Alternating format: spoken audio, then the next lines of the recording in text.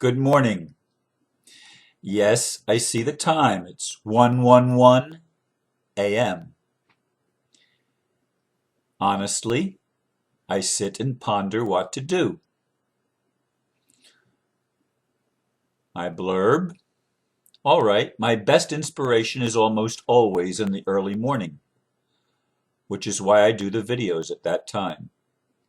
I haven't been to bed yet, and I sit here pondering if I should do a video now or wait. I went to hear my son play with a new band earlier, and I'm still a bit wound up at 1 a.m., and my normal waking time is not far off. This may be short, but I'm going ahead and see what happens. Hmm. My normal routine is this. I wake up almost always between 3 and 4 a.m. Almost always. It doesn't matter when I go to bed. If I go to bed before 10 o'clock, which I have occasionally done, I wake up even earlier than that, and you've seen that when I've started videos at 3:33, for example. And sometimes I'm up at 1:30 because I sleep normally 3 to 4 hours. Occasionally, I might get a little over 4, but not very often. And 5 is almost non-existent. 5 hours in a row I'm talking about. And when I wake up and get out of bed, sometimes I don't get out of bed right away. Sometimes I ponder a dream or something like that. And sometimes I just want to cuddle with my pillow and stay warm on these colder mornings as it's been lately. But when I do get up, I go into the meditation room and I have my prayer and meditation and I hold the globe in my hands and I send energy to various parts of the planet. I call to mind those that are on my prayer list and those needs that I know about in the world. And normally, by the time I leave the meditation room, I have some idea of what I'm going to talk about, much of the time a title, and as I said, a general idea of where I'm going to go with that day's talk. Sometimes that's not true. Sometimes I come to the computer and I get the inspiration by looking at my emails, etc.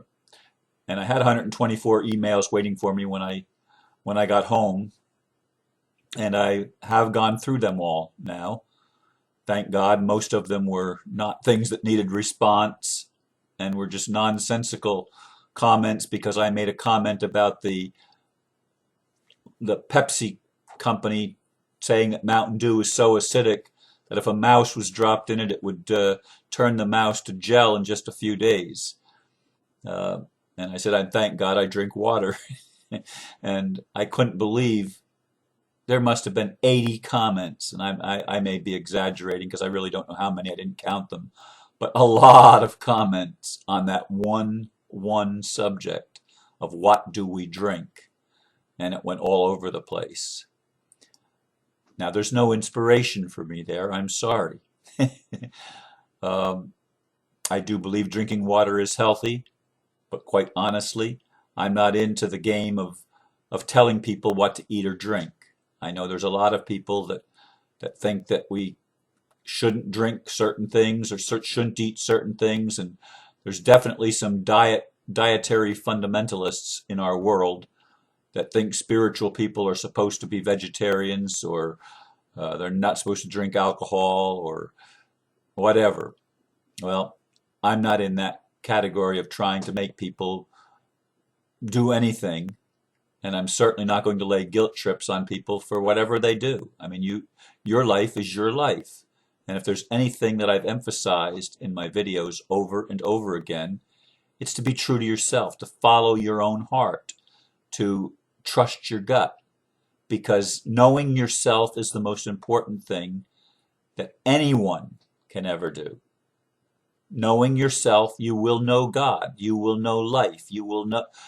The more you deeply you come in tune with your own authenticity and your able to be honest with yourself and to look at yourself and take the blinders off and take the filters out of the way, you're going to discover something really beautiful and something wonderful, because that's what we are. We are wonderful, wonderfully made in the image of God. We are not born in sin and shapen in iniquity, as the Bible says. That's bunk. That is total, total bunk. We are beautifully and wonderfully made. And God knew every one of us before we entered our bodies, before we entered this physical spacesuit. We were spirits with God all along. And I'm convinced that babies know God and have an intimate relationship with God, and they come in knowing God. They just can't communicate except to cry. But they see. I'm convinced that when we come into this world, we are connected, so connected to life. And human society, human culture breeds that and trains that out of us so that we forget who we are. But this day and age that we're living in right now, we're starting to remember. We're starting to reconnect with that deeper spirituality. And that's such an important thing. It's so thrilling to me to see the conversations, not about what you're drinking or eating or things like that, but to see the conversations on some of my other videos of people wrestling with spiritual realities and spiritual truths, about judgment and about enlightenment and about all sorts of matters of deep philosophy and theology. And we're concerned about those. Yes, even the politics and stuff like that. There's lots of things that excite me of what I see happening in this world. Even the negative stuff excites me because I realize how desperate those that have been in control are to try to maintain that control, and they see it slipping away, ebbing away every day, more and more and more. And there's nothing they can do to stop it. I read an article earlier, well, it was yesterday now, of course. I read an article, I think it was Naomi Wolf, and she said that in the United States, those senators that signed that defense authorization bill that has that guts the Constitution, she says they're going to find, if history is any indication, they're going to find that they're going to be some of the first ones to be arrested and taken into custody. They think that they're living in some ivory tower and they're safe from the military arrests that are apparently warranted now in this latest bill. And they're going to be the ones, they always end up, she says, they always end up arresting the people that were in leadership positions. They are not ever safe, and history should teach them that. But, well, of course, the ego gets blinded. And I'm not happy about anybody getting arrested. Some people seem to have the idea from yesterday's video when I talked about the people that aren't ready are going to go to a different place or something. They're going to be taken away. They're not ready because somebody says they're not ready. They're not ready because they say they're not ready. Everybody has a free choice. And I love Aristo's comments. I mean, he is such a brilliant man, and many others too. I shouldn't only point him out because many of you have such tremendous wisdom. And I highly encourage people on some of these videos to look at some of the comments, look at some of the threads on Facebook and the flow of comments on YouTube, which I don't think is as nice as what it is on Facebook. It's just not laid out as well. But in any case, read some of these things that people say. The wisdom contained in some of these messages that go back and forth is amazing. It's an amazing gift.